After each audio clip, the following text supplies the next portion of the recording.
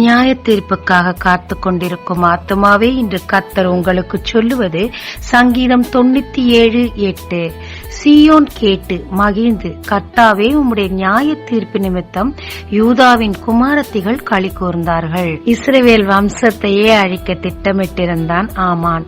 ஆனால் தேவனோ காரியத்தை மாறுதலாய் முடியச் செய்து எஸ்தரையும் இஸ்ரவேல் ஜனத்தையும் மொர்தெகாயையும் ஜெயிக்க வைத்து பூர் என்னும் கொண்டாட்டத்தை நியமித்து தேவனுக்குள் மகிழ்ந்து களி கூர்ந்தார்கள். 10ஆம் வசனத்தின்படி தேவனில் அன்பு கூர்ந்து தீமையை விட்டு விலகும் போது தேவன் நம் நீதிக்கு தக்கதாக சரியான நியாய தீர்ப்பை கொடுத்து நம்மை களி கூர்ந்து மகிழச் செய்வாருங்க.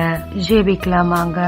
தேவரீர், நீர் எனக்காக செய்யும் நியாய தீர்ப்பு நிமித்தம் நான் களி கூர்ந்து மகிழ உம்மை முழுமையாய் நேசிக்கவும் தீமை விட்டு விலகவும் எனக்கு கிருபை தாரும்.